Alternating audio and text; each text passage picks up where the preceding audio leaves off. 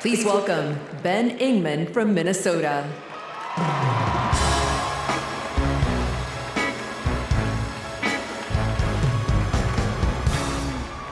Tim Walz is the kind of guy you can count on to push you out of a snowbank. I know this because Tim Walz has pushed me out of a snowbank. I grew up next door to the Walzes in Mankato. Mr. Walz was also my geography teacher and my coach. Not for high school football, but for 7th grade basketball and track. So what was a high school football coach doing, coaching 7th grade basketball and track? Well, there was a kid in the high school who couldn't afford to pay for lunch, and he ran up a lot of debt. And Tim and Gwen decided they'd help pay it off. They started calling around the district to see if there were any positions they could fill to make a little extra money, and that's how he wound up coaching us 7th graders. That's right. Coach Walz got us excited about what we might achieve together. He believed in us, and he helped us believe in each other. And his leadership stuck. That track team went on to win a state title, just like the football team. That's right. Speaking of which, come on out, Scarlets. Yeah!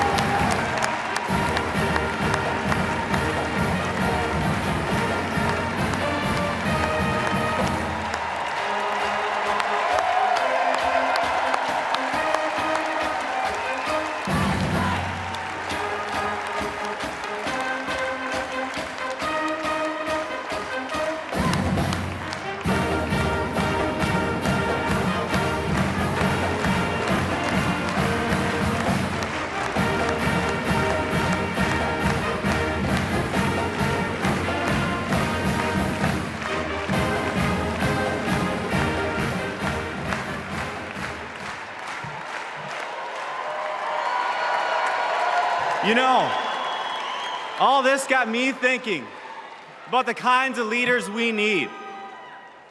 We want the people in charge to be genuine, compassionate, and trustworthy.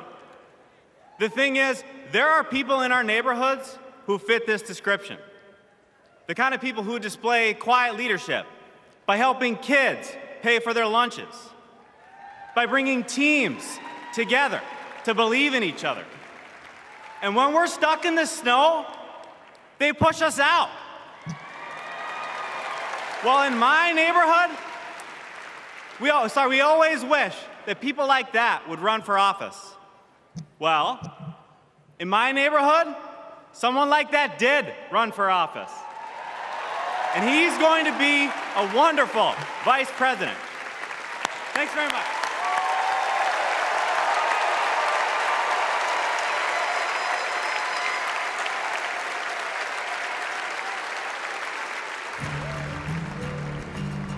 Out here, in the wide open spaces, we are reminded of the values we share: a commitment to community, country, and standing up for what's right.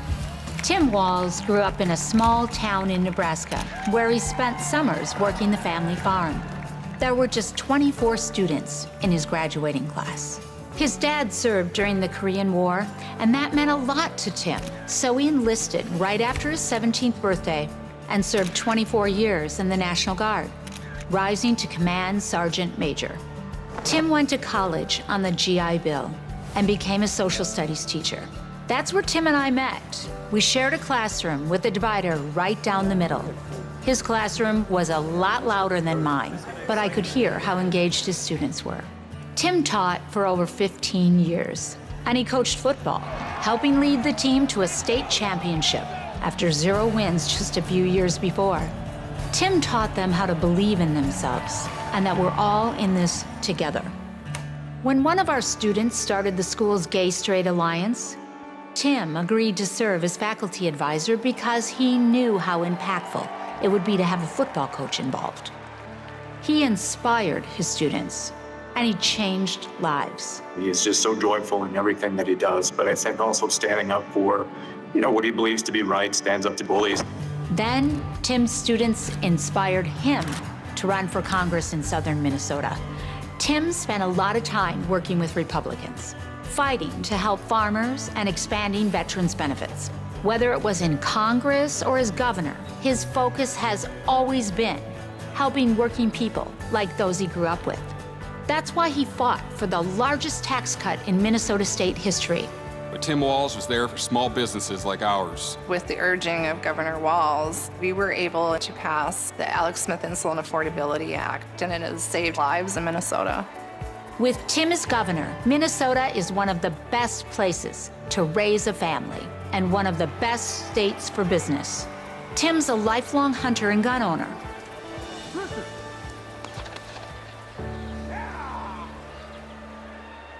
But after the Sandy Hook school shooting, he knew that we had to do something. So he's fought for background checks and red flag laws. But of all the things he's done, Tim loves being a dad. We struggled to have kids, and fertility treatments made it possible. There's a reason our daughter is named Hope.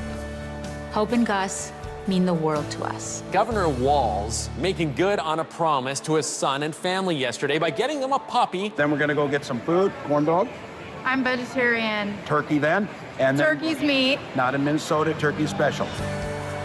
He's as at home on a farm, a fishing boat, a football field, or a factory floor as he is on the floor of Congress. Tim's commitment to service all comes back to the values we grew up with. Love your country, help your neighbor, and fight for what's right. Because that's what America is all about. Two middle-class kids. One, a daughter of Oakland, California. The other, a son of the Nebraska Plains, only in America. Is it possible for them together to make it all the way to the White House?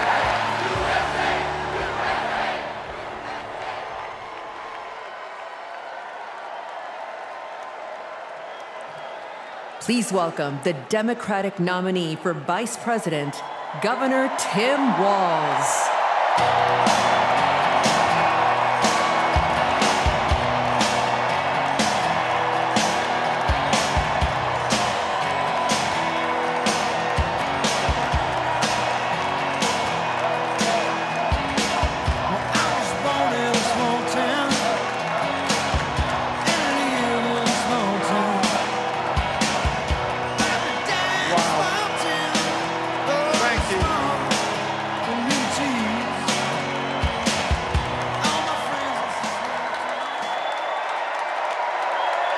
Thank you.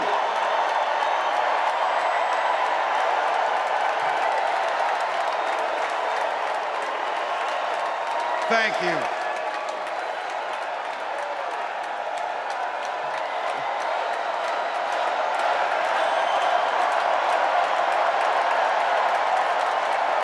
Wow. Well, thank you. Thank you, first of all, to Vice President Harris. Thanks for putting your trust in me and for inviting me to be part of this incredible campaign. And a thank you to President Joe Biden for 4 years of strong, historic leadership.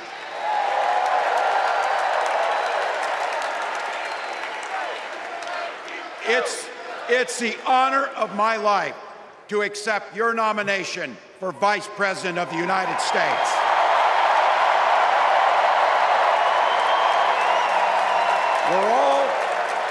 We're all here tonight for one beautiful, simple reason. We love this country. So thank you to all of you here in Chicago and all of you watching at home tonight. Thank you for your passion. Thank you for your determination. And most of all, thank you for bringing the joy to this fight.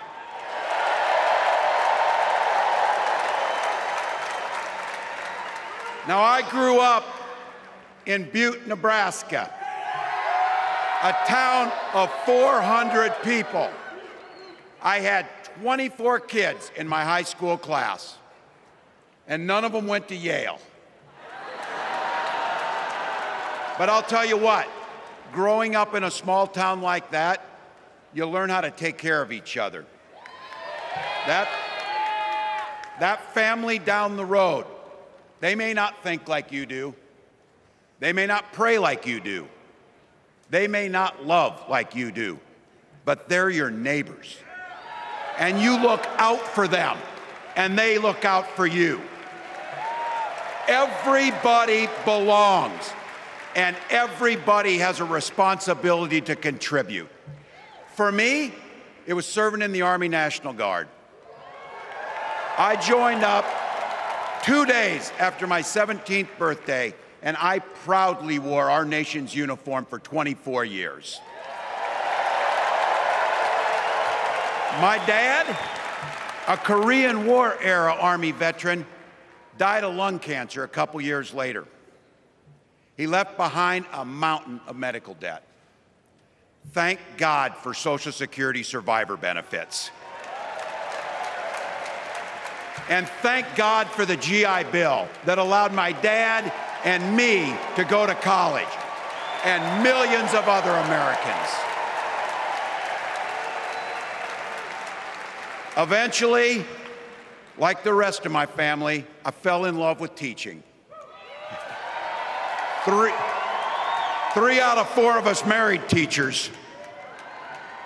I wound up teaching social studies and coaching football at Mankato West High School. Go Scarlets! We ran a 44 defense. We played through to the whistle on every single play, and we even won a state championship. Never closed the yearbook, people. But it was those players and my students who inspired me to run for Congress. They saw in me what I had hoped to instill in them, a commitment to the common good, an understanding that we're all in this together, and the belief that a single person can make a real difference for their neighbors. So there I was, a 40-something high school teacher with little kids, 0 political experience, and no money, running in a deep red district. But you know what? Never underestimate a public school teacher. Never.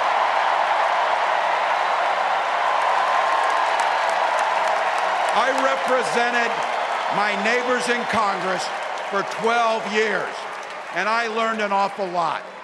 I learned how to work across the aisle on issues like growing the rural economies and taking care of veterans.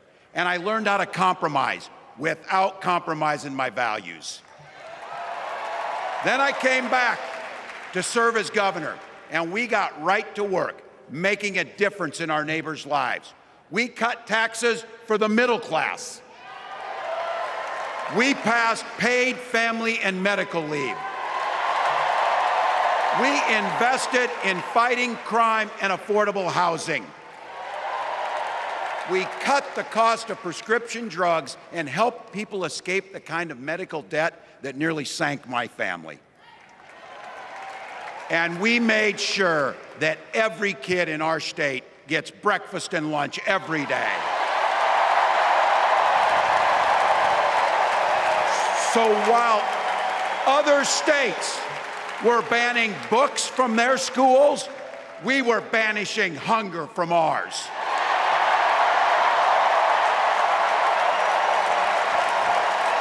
We also protected reproductive freedom because in Minnesota, we respect our neighbors and the personal choices they make. And even if we wouldn't make those same choices for ourselves, we've got a golden rule. Mind your own damn business.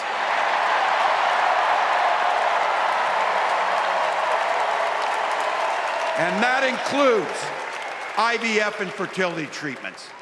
And this is personal for Gwen and I. If you've never experienced the hell that is infertility, I guarantee you, you know somebody who has. And I can remember praying each night for a phone call. The pit in your stomach when the phone would ring, and the absolute agony when we heard the treatments hadn't worked. It took Gwen and I years, but we had access to fertility treatments. And when our daughter was born, we named her Hope. Hope, Gus, and Gwen, you are my entire world, and I love you.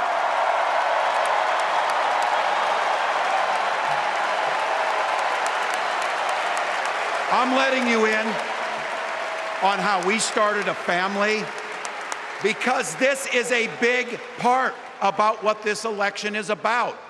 Freedom. When Republicans use the word freedom, they mean that the government should be free to invade your doctor's office. Corporations free to pollute your air and water. And banks free to take advantage of customers.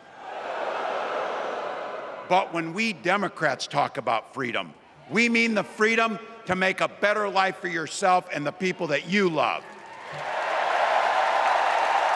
Freedom to make your own health care decisions. And yeah, your kids' freedom to go to school without worrying about being shot dead in the hall. Look, I know guns. I'm a veteran. I'm a hunter. And I was a better shot than most Republicans in Congress, and I got the trophies to prove it. But I'm also a dad. I believe in the Second Amendment, but I also believe our first responsibility is to keep our kids safe.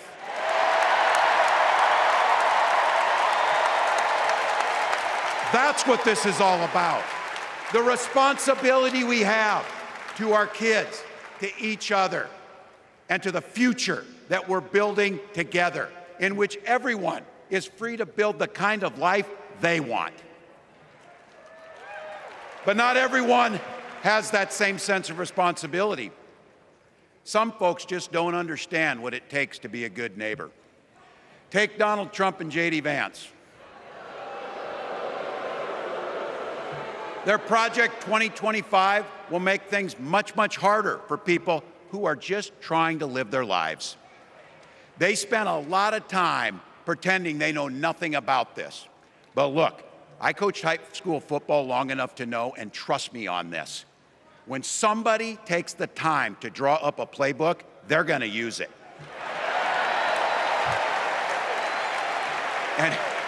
And we know if these guys get back in the White House, they'll start jacking up the costs on the middle class, they'll repeal the Affordable Care Act, they'll gut Social Security and Medicare,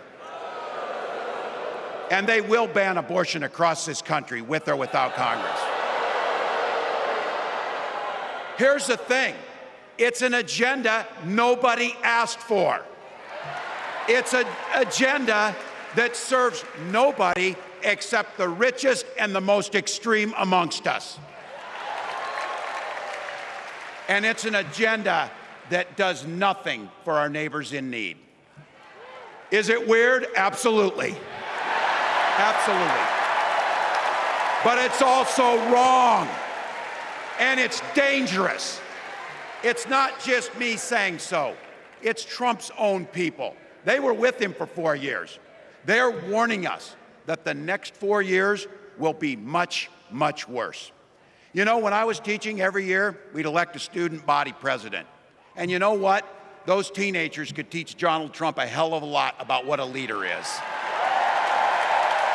Leaders don't spend all day insulting people and blaming others.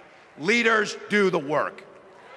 So I don't know about you, I'm ready to turn the page on these guys. So go ahead, say it with me. We're not going back.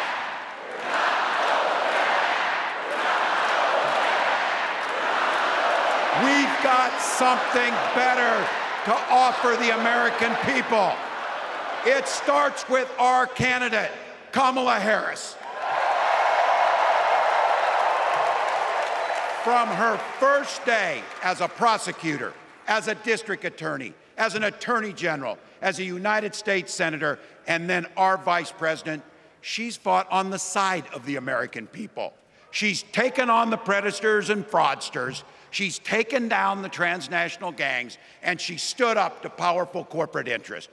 She has never hesitated to reach across that aisle if it meant improving your lives.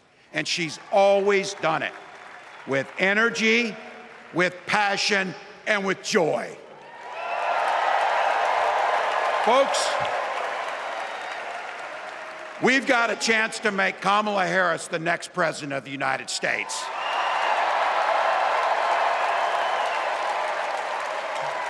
But I think we owe it to the American people to tell them exactly what she'd do as president before we ask them for their votes. So here, this is the part, clip and save it and send it to your undecided relatives so they know. If you're a middle-class family or a family trying to get into the middle class, Kamala Harris is going to cut your taxes. If you're getting squeezed by prescription drug prices, Kamala Harris is going to take on Big Pharma. If you're hoping to buy a home, Kamala Harris is going to help make it more affordable. And no matter who you are, Kamala Harris is going to stand up and fight for your freedom to live the life that you want to lead. Because that's what we want for ourselves, and it's what we want for our neighbors. You know, you might not know it, but I haven't given a lot of big speeches like this. But I have given a lot of pep talks. So let me finish with this, team. It's the fourth quarter. We're down a field goal, but we're on offense and we've got the ball. We're driving down the field. And boy, do we have the right team. Kamala Harris is tough. Kamala Harris is experienced, and Kamala Harris is ready. Our job for everyone watching is to get in the trenches and do the blocking and tackling. 1 inch at a time, 1 yard at a time, 1 phone call at a time, 1 door knock at a time, 1 $5 donation at a time. Look, we got 76 days. That's nothing. There'll be time to sleep when you're dead. We're going to leave it on the field. That's how we'll keep moving forward. That's how we'll turn the page on Donald Trump. That's how we'll build a country where workers come first. Healthcare and housing are human rights. And the government stays the hell out of your bedroom.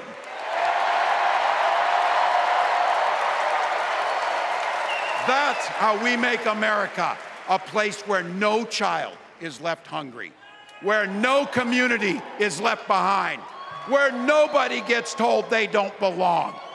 That's how we're gonna fight. And as the next president of the United States always says, when we fight, when we fight, when we fight, thank you. God bless.